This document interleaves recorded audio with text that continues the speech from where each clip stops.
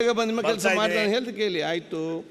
ನಾನು ಇಷ್ಟೇ ನೋಡಿ, ಸರ್ಕಾರ ಆದ ನಂತರ ನಮ್ಮ ಜವಾಬ್ದಾರಿ ನಾವು ಅರ್ಥ ಮಾಡಿಕೊಳ್ಬೇಕು, ನಮ್ಮ ತಪ್ಪನ್ನು ಅರ್ಥ ಮಾಡಿಕೊಳ್ಬೇಕು. ಇವತ್ತು ಪ್ರತಿಪಕ್ಷದವರು ಆರೋಪ ಮಾಡಿದವ್ರೇನು ತಪ್ಪಿಲ್ಲ, ನೀವು ಅಲ್ಲಿ ಕೂತ್ಕೊಂಡಿದ್ರು ಕೂಡ ಅದೇ ರೀತಿ ಮಾಡ್ತಾಯಿದ್ದೀರಿ. ಎಷ್ಟು ಸಲ ಇದು ಒಮ್ಮೆ ಆಗುವಂಥದ್ದಾ? ಈ ಸರ್ಕಾರ ಉತ್ತಮವಾಗಿ ನೀವು ಕೆಲಸ ಮಾಡಿಕೊಂಡು ಹೋಗುವಾಗ ನಿಮಗೆ ಸರಿಯಾದ ಸಮಯಕ್ಕೆ ಬರಲಿಕ್ಕಾದ್ರೆ ಇಡೀ ನೀವು ಮಂತ್ರಿಗಳೇ ನಿಮಗೆ ಕೆಟ್ಟ ಹೆಸರು ತರುವಂಥ ಕೆಲಸ ಮಾಡ್ತಾರೆ. ಇದರಲ್ಲಿ ಬಂದವರಲ್ಲ, ಬರದಿದ್ದವರು.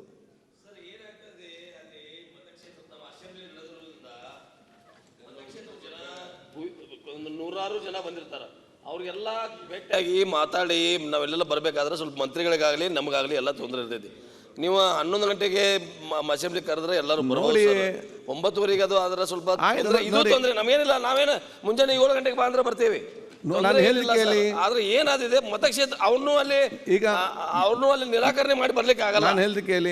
ಅವರು ಇಲ್ಲಿ 1 ಮಿನಿಟ್ ಸರ್, ಅಲ್ಲಿ ಮತಕ್ಷೇತ್ರದ ಜನ ಒಂದು ಸಣ್ಣ ವಿಷಯ ಸಹಿತ ಬಂದ್ಬಿಡ್ತಾರೆ. ಅವ್ರನ್ನು ಮಾತಾಡಿಸಿ ಬರದೇ ಹೋಗಿದ್ರೆ ಏನ್ರಿ ಬೆಂಗಳೂರು ತಕ ಹೋದ್ವಿ, ಶಾಸಕರು ನಮ್ಗೆ ಅಲ್ಲಿ ಗಮನಕ್ಕೆ ಕೊಡಲಿಲ್ಲ, ನಮಗೆ ಮಾತಾಡಿಸಿಲ್ಲ, ನಮ್ಗೆ ಸರಿಯಾಗಿ ಮಾತಾಡಲಿಲ್ಲ ಅನ್ನುವಂಥ ಮಾತನ್ನ ಅಲ್ಲಿ ಮತಕ್ಷೇತ್ರದಲ್ಲಿ ಹೋಗಿ ಹೇಳ್ತಾರೆ. ಇದೇ ತೊಂದರೆ ಮತ್ತೇನಿಲ್ಲ. ನಾವು 7 ಗಂಟೆಗೆ ಬಾ ಅಂದ್ರೆ ಇನ್ನೂ 7 ಗಂಟೆಗೆ ಬರ್ತೀವಿ ಸರ್, ಏನೂ ತೊಂದರೆ. ಅಸೆಂಬ್ಲಿ ನಡೀಬೇಕು ವ್ಯವಸ್ಥಿತವಾಗಿ, ಸರ್ಕಾರ ಉತ್ತರನೂ ಕೊಡಬೇಕು ವಿರೋಧವ್ರಿಗೆ, ನಮಗೂ ಅದು ಅನಿಸಿಕೆ ಇದೆ ಸರ್, ಅದರಲ್ಲೇನು ಬೇರೆ ಮಾತಿಲ್ಲ. ಆದರೆ ಪ್ರಾಬ್ಲಮ್ ಇದು ಎಲ್ಲರಿಗೂ ಇದೆ ಅಂತ ನನ್ನ ಹೇಳಿ. ನಾನು ಕೂಡ 5ನೇ ಬಾರಿ ನಾನು ಶಾಸಕನಾಗಿ ಬರುವಂಥದ್ದು.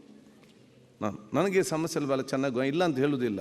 ಬೆಳಿಗ್ಗೆ ಎದ್ದಾಗ ಅಸೆಂಬ್ಲಿ ಇದ್ದಾಗ ಇವತ್ತು ಶಾಸಕರೆಲ್ಲ ಜನಸಾಮಾನ್ಯರು ಬರ್ತಾರೆ.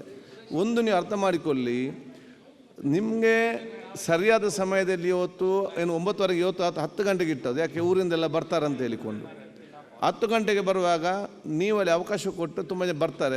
ಅವರನ್ನು ನಾವು ಅಸೆಂಬ್ಲಿ ಸ್ಟಾರ್ಟ್ ಮಾಡಿಸಿ ಒಂದು 10-11 ಗಂಟೆ ಬರ್ತೇವೆ, ಮತ್ತು ಮಂತ್ರಿಗಳು ಮಾತಾಡ್ಕೊಂಡು ಇಲ್ಲಿ ನಿಮ್ಗೆ ಕರ್ಕೊಂಡವ್ರನ್ನು ಬರ್ಬೋದು 5ರಲ್ಲಿ.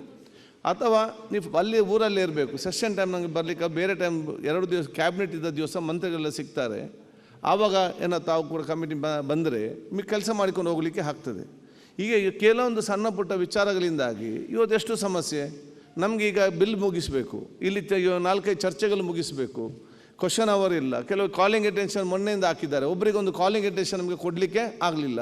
ಇಷ್ಟು ಶಾಸಕರು ಬಂದು ಅವರ ಕ್ಷೇತ್ರದ ಬಗ್ಗೆ ಚರ್ಚೆ ಮಾಡಲಿಕ್ಕೆ ನೀವು ಕಾಲಿಂಗ್ ಅಟೆನ್ಷನ್ ಕೊಡಲಿಕ್ಕೆ ನಮಗೆ ಸಮಯ ಸಿಕ್ಕದಿದ್ದರೆ ಯಾವುದೇ ಬಗ್ಗೆ ಚರ್ಚೆ ಮಾಡಿಕೊಂಡು ಹೋದರೆ ಅಥವಾ ಲೇಟಾಗಿ ಬಂದರೆ ಇವಾಗ ಶಾಸಕರಾಗಿ ನೆಕ್ಸ್ಟ್ ಯಾರು ಅಸೆಂಬ್ಲಿಗೆ ಬರ್ತಾರೆ, ನಮ್ಗೆ ಅವಕಾಶ ಇಲ್ಲ ಅಂತ ಹೇಳ್ತಾರೆ. 5ರಲ್ಲಿ ಇವತ್ತು ಇದ್ದಂಥ ಕ್ವಶನ್ ಅವರನ್ನು ನಾವು ಅದನ್ನು ಮುಂದಕ್ಕೆ ಹಾಕಿದ್ದೇವೆ. ಯಾವುದು ಇವತ್ತು ಬೆಳಿಗ್ಗೆ ಚರ್ಚೆ ಮಾಡಲಿ, ಉತ್ತರ ಆದ ನಂತರ ಕ್ವಶನ್ ಅವ್ರ ಇದ್ದರೆ ಯಾವುದೇ ಬಗ್ಗೆ ಚರ್ಚೆ ಮಾಡಿಕೊಂಡು ಹೋದರೆ ಅಥವಾ ಲೇಟಾಗಿ ಬಂದರೆ ಇವಾಗ ಶಾಸಕರಾಗಿ ನೆಕ್ಸ್ಟ್ ಯಾರು ಅಸೆಂಬ್ಲಿಗೆ ಬರ್ತಾರೆ, ನಮ್ಗೆ ಅವಕಾಶ ಇಲ್ಲ ಅಂತ ಹೇಳ್ತಾರೆ. 5ರಲ್ಲಿ ಇವತ್ತು ಇದ್ದಂಥ ಕ್ವಶನ್ ಅವರನ್ನು ನಾವು ಅದನ್ನು ಮುಂದಕ್ಕೆ ಹಾಕಿದ್ದೇವೆ. ಯಾವುದು ಇವತ್ತು ಬೆಳಿಗ್ಗೆ ಚರ್ಚೆ ಮಾಡಲಿ, ಉತ್ತರ ಆದ ನಂತರ ಕ್ವಶನ್ ಅವ್ರು ತೆಗೊಳ್ಳುವ ಅಂತೇಳಿ. ಸೊ ನೀವು ಕೂಡ ಜವಾಬ್ದಾರಿ ಸ್ಥಾನದಲ್ಲಿದ್ದಾಗ ನೀವು ಆಲೋಚನೆ ಮಾಡಬೇಕು. ನನ್ನ ಸಲ ಮಂತ್ರಿಗಳು ಈ ಒಂದು ಸಂದರ್ಭದಲ್ಲಿ ಯಾವುದೇ ಮೀಟಿಂಗ್ ಇಟ್ಕೊಳ್ಬಾರ್ದು. ಸೆಷನ್ ಟೈಮ್ನಲ್ಲಿ ಯಾವುದೇ ಒಂದು ಮೀಟಿಂಗ್ ಇಟ್ಕೊಳ್ಬಾರ್ದು. ಅದು ನಾನು ತಪ್ಪಂತ ಹೇಳ್ದಿಲ್ಲ, ನಾನು ಕೂಡ ಮಂತ್ರಿ ಇದ್ದಾಗ ನಾನು ಕೂಡ ಮೀಟಿಂಗ್ ಇಟ್ಕೊಂಡಿದ್ದೆ. ಮೀಟಿಂಗ್ ಸ್ಟಾರ್ಟ್ ಆಗಿ ಒಂದು ಅರ್ಧ ಗಂಟೆ ಅಂತ ಫಿಕ್ಸ್ ಮಾಡೋದು, ಮತ್ತು ಯಾರು ಬರ್ತಾರೆ ಮಾಡಿ ನಾನು ಕೂಡ ಬರುವಾಗ ಲೇಟ್ ಆಗ್ತಿತ್ತು. ನಾನು ಕೂಡ ಇವತ್ತು ಇರಲಿಲ್ಲ.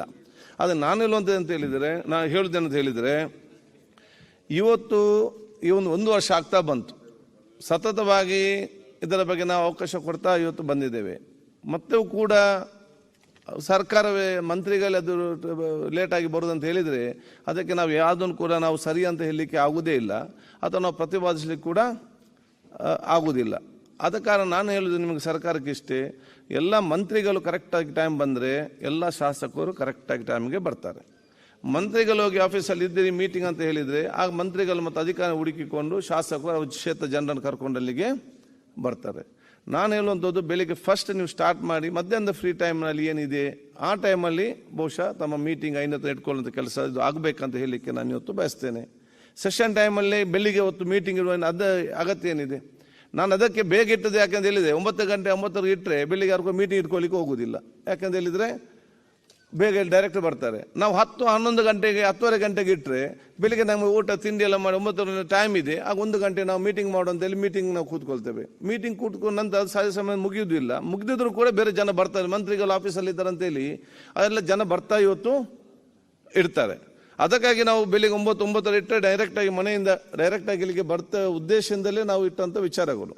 ಅದಕ್ಕೆ ನಾನು ಸರ್ಕಾರಕ್ಕೆ ತಾವೆಲ್ಲ ಬಹುತೇಕ ಮಂತ್ರಿಗಳು ತಾವೆಲ್ಲ ಬಂದಿದ್ದೀರಿ, ನಿಮಗೆ ಕೂಡ ಇವತ್ತು ಮತ್ತೆ ಒತ್ತಡ ಇರ್ಬೋದು, ಮೀಟಿಂಗ್ ಜನ ಬಂದಿರ್ಬೋದು, ಅದನ್ನು ಬದಿಗಿಟ್ಟು ತಾವು ಇವತ್ತು ಬಂದಿದ್ದೀರಿ. ಬೇರೆ ಸಚಿವರು ಕೂಡ ಅದನ್ನು ಫಾಲೋ ಮಾಡಿಕೊಂಡು ಬರುವಂಥ ವ್ಯವಸ್ಥೆ ಇವತ್ತು ಆಗಬೇಕಾಗ್ತದೆ. ಸ್ಟಾರ್ಟಿಂಗ್ ಈಗ 1 ವರ್ಷ ಆದರೂ ಕೂಡ ಈ ರೀತಿ ಇವತ್ತು ರಿಪೀಟ್ ಆಗಬಾರ್ದು, ಇನ್ನು ಮುಂದಕ್ಕೆ ಆಗಬಾರ್ದು ಅಂತ ನಾನು ಸರ್ಕಾರ ಹೇಳಲಿಕ್ಕೆ ನಾನು ಇವತ್ತು ಬಯಸ್ತೇನೆ. ಇದು ಸ್ವಲ್ಪ ಇಲ್ಲಿ ಜನ ಕಡಿಮೆ ಬಂದ ತಕ್ಷಣ ಅದನ್ನು ನಾವು ರಾಜ್ಯಕ್ಕೆ ಒಂದು